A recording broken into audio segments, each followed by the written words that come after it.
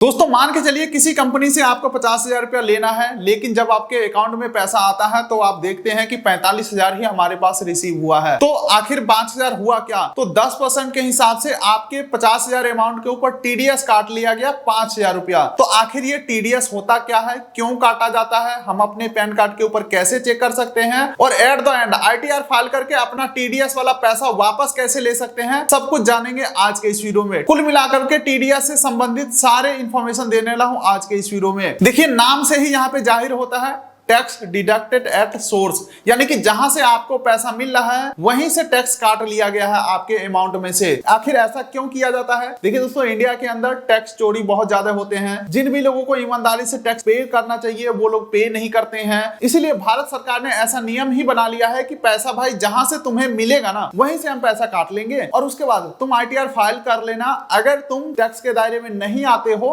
तो टीडीएस वाला पैसा आपको वापस मिल जाएगा। अच्छा, टैक्स के दायरे में हम वापस आते हैं या नहीं आते हैं, इस चीज का मतलब क्या है? तो देखिए फिलहाल यानी कि इस फाइनेंशियल ईयर में, जो कि अभी फाइनेंशियल ईयर 25-26 चल रहा है, इस फाइनेंशियल ईयर में अगर एक साल में 12 लाख रुपए तक आप कमाते हैं तो आपको जीरो टैक्स पे करना है। तो मान के चलिए किसी कंपनी ने आपका टीडीएस काट लिया है 5,000 या 10,000 या 50,000 और आपका पूरे साल का जो इनकम है वो 12 लाख से कम आता है और आप आईटीआर फाइल कर देते हैं, तो जो आपने एक्स्ट्रा टैक्स पे किया है टीडीएस के रूप में 50,000 5,000 जो भी पे किया है वो आपको वापस मिल जाएंगे। सेम इसी प्रकार से हर फाइनेंशियल ईयर का एक लिमिट डिसाइड होता है, उस लिमिट के अंदर अगर आपका सालाना इनकम होता है तो टीडीएस वाला पैसा आपको वापस मिल जाते हैं। लेकिन सारे के सारे टीडीएस वाला पैसा आपको वापस नहीं मिलते हैं। जैसे कि ऑनलाइन गेमिंग में 30% टीडीएस करता है वो आपको नहीं मिलेंगे। कैपिटल गेन यानी कि म्यूचुअल फंड, ट्रेडिंग या फिर फॉरेन करेंसी वगैरह परचेज करते हैं तो कुछ स्पेशल रेट के अंदर जो टीडीएस कटते हैं वो आपको बिल्कुल ही वापस नहीं होते हैं। इसके अलावा आम जीवन में आप देखेंगे तो जैसे कि पीएफ का पैसा विड्रॉ करोगे तो वहां पे भी टीडीएस कट जाते हैं अगर आप फॉर्म 15G फिल नहीं करते हैं। इसके अलावा आपके सैलरी में से भी टीडीएस काटा जा सकता है। किसी कंपनी के साथ आपने काम किया, कमीशन बेसिस पे या सर्विस सेल किया या गुड्स सेल किया, किसी भी प्रकार से टीडीएस काटा जाता है। तो ये सब जो नॉर्मल टीडीएस करते हैं ये सारे पैसे आपको वापस मिल जाएंगे। अब देखिए दोस्तों, यहाँ पे एक पॉइंट तो जरूर निकल के आता है कि भाई सरकार को कैसे पता कि हमारा सालाना इनकम 12 लाख है या नहीं है। इनफैक्ट हमें खुद नहीं पता कि भाई इस साल हम कितना कमाएंगे, तो टैक्स कैसे काट लिया जाता है। तो यहाँ पे घूम फिर के सवाल यही आता है टैक्स चोरी वाला बात। और वैसे आगे बढ़ने से पहले मैं आपको बता दूं, अभी आईटीआर फाइल होना स्टार्ट हो चुका है। आप हमसे कांटेक्ट करके भी आईटीआर फाइल करवा सकते हैं। आईटीआर के लिए कांटेक्ट डिटेल डिसीजन पिन कोड दे दिया हूं। हालांकि खुद से भी आईटीआर फाइल कर सकते हैं, लेकिन दोस्तों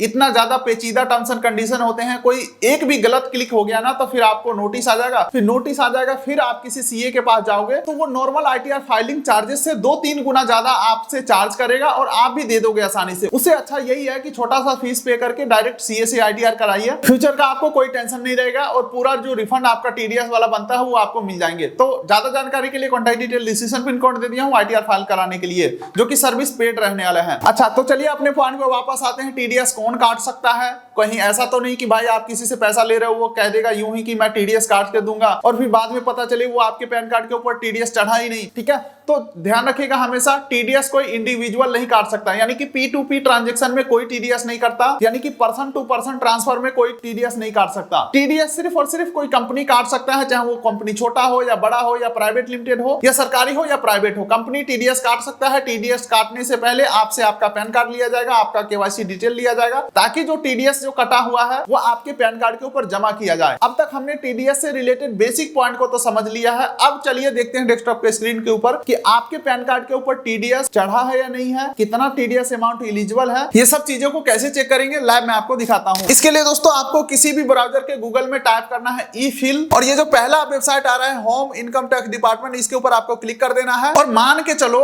आपका टीडीएस कटा है और आपने आईटीआर फाइल नहीं किया तो वो पैसा सरकार के पास ही रह जाएगा, बाद में आप उसे क्लेम भी नहीं कर सकते हो। तो यही सब फायदे की वजह से सरकार ने इस चीज को इंप्लीमेंट किया हुआ है। अच्छा, ये वेबसाइट के ऊपर हम आ चुके हैं। तो इस वेबसाइट के ऊपर लॉगिन करना होता है, लेकिन लॉगिन करने से पहले आपका यहाँ पे अकाउंट बना होना चाहिए। तो उसके लिए सबसे पहले फर्स्ट टाइम आपको रजिस्टर के ऊपर क्लिक करना है और अपने पैन कार्ड के डिटेल्स के बेसिस पे यहाँ पे रजिस्टर हो जाएंगे। जहाँ पे देखिए सबसे पहले आपको अपना पैन नंबर डालना होगा और वैलिडेट के ऊपर क्लिक करना होगा। जैसे ही हमने पैन नंबर डाला यहाँ पे और वैलिडेट के ऊपर क्लिक किया, देख सकते हैं पैन वैलिडेशन सक्सेसफुल हो चुके हैं। यहाँ पे पूछ रहा है are you individual tax payer, तो यहाँ पे मैं यस करने वाला हूँ और कंटिन्यू बटन इनेबल हो गया है। कंटिन्यू के ऊपर हम क्लिक करेंगे। बाकी दोस्तों आपके जानकारी जानकारी के लिए बता दूं, यहाँ से आप अगर डिटेल्स वगैरह चेक करते हैं तो कुछ लोगों के मन में सवाल आएगा कि भाई कोई टैक्स कटेगा या आईटीआर फाइल करेंगे तो टैक्स देना होगा, हर साल भरना पड़ेगा। ऐसा कुछ नहीं है दोस्तों, कोई भी एक भी रुपया आपको कहीं से नहीं कटने वाले हैं और आईटीआर फाइल करना हर साल जरूरी नहीं है। अगर आप टैक्स के दायरे में नहीं आते हैं, जैसे कि सालाना इनकम अगर आपका 3 लाख से कम है तो इस साल आपने आईटीआर फाइल किया तो अगला साल फाइल करना मैंडेटरी नहीं है। लेकिन हाँ, अचानक से अगले साल अगर आप 50 लाख रुपया, 10 लाख रुपया या 5 लाख रुपया यानी कि 3 लाख से ऊपर कमा लेते हैं तो आपको आईटीआर फाइल करना चाहिए। बाकी अगर आपका सालाना इनकम 12 लाख से ऊपर हो जाता है तो फिर आईटीआर फाइल करना मैंडेटरी हो जाता है, ऑप्शनल नहीं है, वो मैंडेटरी हो जाता है। चलिए, आप यहाँ पे हम रजिस्टर कर रहे हैं तो कुछ बेसिक डिटेल और फिल करना होगा, जैसे कि पैन कार्ड के अकॉर्डिंग अपना लास्ट नेम डालेंगे, मिडिल नेम, फर्स्ट नेम और डेट ऑफ बर्थ,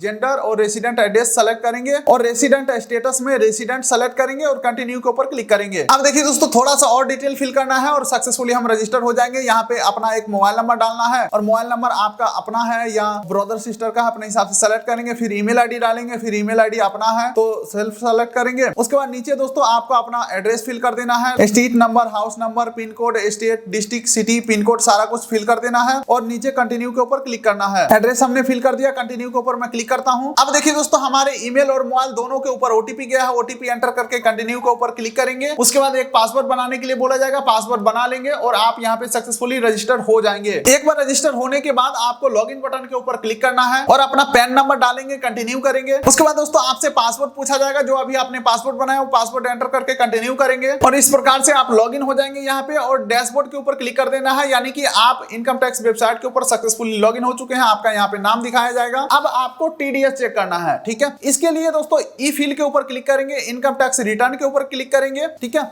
और यहाँ पे आपको व्यू फॉर्म 26AS के ऊपर आपको क्लिक करना है। अब यहाँ पे कंटिन्यू करेंगे तो दूसरे वेबसाइट के ऊपर रिडायरेक्ट करेगा, जो कि है टीडीएस का ऑफिशियल वेबसाइट है। यहाँ पे टर्म्स एंड कंडीशन एग्री करके प्रोसीड के ऊपर क्लिक करेंगे और यहाँ पे आपको click tax form 26AS annual statement के ऊपर यहाँ पे आपको क्लिक कर देना है, ठीक है। उसके बाद यहाँ पे असेसमेंट ईयर पूछ रहा है, तो मैं आपको बता दूं फाइनेंशियल ईयर का अगला ईयर असेसमेंट ईयर होता है। जैसे कि अभी अगर फाइनेंशियल ईयर 25-26 है तो असेसमेंट ईयर 26-27 हो जाएगा, तो 26-27 यहाँ से मैं सेलेक्ट कर लूंगा। लेकिन दोस्तों पिछले फाइनेंशियल ईयर का हमें टीडीएस चेक करना है, जो कि आज डेट 6 जून 2025 के हिसाब से बता रहा हूँ। पिछला फाइनेंशियल ईयर हो गया 2024-25, तो उसका असेसमेंट ईयर हो गया 25-26, ठीक है। तो यहाँ पे मैं पिछले का चेक करता हूँ, यानी कि 25-26 सेलेक्ट किया और व्यू एज के ऊपर मैं क्लिक करता हूँ और यहाँ पे मैं व्यू एज में HTML सेलेक्ट कर लेता हूँ और यहाँ पे व्यू एंड डाउनलोड के ऊपर क्लिक करना है। तो नीचे यहाँ पे आपका पूरा पैन कार्ड का डिटेल्स वगैरह, एड्रेस वगैरह, जेंडर वगैरह सारा कुछ खुल के आ जाएगा। थोड़ा सा नीचे अगर आप स्क्रॉल करोगे तो यहाँ पे देख सकते हैं पार्ट 1 टैक्स डिडक्टेड सोर्स का यहाँ पे ऑप्शन आ चुका है, यानी कि टीडीएस का डिटेल आ चुका है। अब देखिए दोस्तों हमारा टीडीएस कितना कितना कटा है। यहाँ पे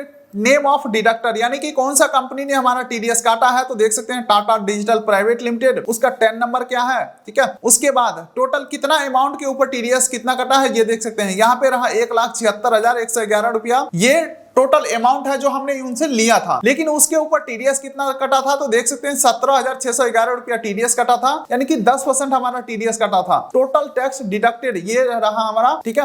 उसके अलावा टोटल टैक्स डिपोजिट, यानी कि पैसा काट करके हमारे पैन कार्ड के ऊपर जमा कर दिया गया है 17,611 रुपया। सेम उसी प्रकार से दूसरे कंपनी ने भी हमारा टीडीएस काटा है, जो कि 2,22,000 अमाउंट के ऊपर 22,246 रुपया हमारा टीडीएस काटा है, जो कि हमारे पैन कार्ड के ऊपर ये जमा हो चुका है। अब ये 17,000 और 22,000 पैसा को हम आईटीआर फाइल करके वापस ले सकते हैं। तो ये हो गया 17,000 प्लस 22,000, यानी कि टोटल जो 39,000 टैक्स कटा है ये हम आईटीआर फाइल करके वापस ले सकते हैं। अब देखिए दोस्तों, इस वीडियो में आईटीआर फाइल करने का प्रोसेस तो मैं आपको नहीं बताने वाला हूं। डेफिनेटली हम बता सकते हैं, लेकिन वो वीडियो ऑलमोस्ट आधे घंटे का होगा और उस आधे घंटे में अगर आपने 5 सेकंड भी मिस कर दिया या 5 सेकंड का प्रोसेस भी गलत क्लिक कर दिया कहीं पे, तो फिर फ्यूचर में आपको प्रॉब्लम आ सकता है, नोटिस आ सकता है। और एक नोटिस देखने के बाद सीए का भी भाव बढ़ जाता है। ये मैं एक्चुअल में बता रहा हूं, अपना एक्सपीरियंस बता रहा हूं उनको, क्योंकि सीईओ को पता है कि भाई ये तो नोटिस आ चुका है, ये तो काम कराएगा ही कराएगा, तो वो आपसे 2-3 गुना पैसा चार्ज करेंगे। तो इससे अच्छा ये है कि एक टैक्स एक्सपर्ट से आईटीआर फाइल करवाइए, सीए से आईटीआर फाइल करवाइए। हमसे कॉन्टैक्ट करके आईटीआर फाइल करवा सकते हैं। Contact detail description pin code दे दिया हूं। फिलहाल हम वीडियो करेंगे यहीं पे एंड। वीडियो कर दिए लाइक, चैनल कर दिए सब्सक्राइब, ताकि मिलेंगे ऐसे ही किसी अगले वीडियो में।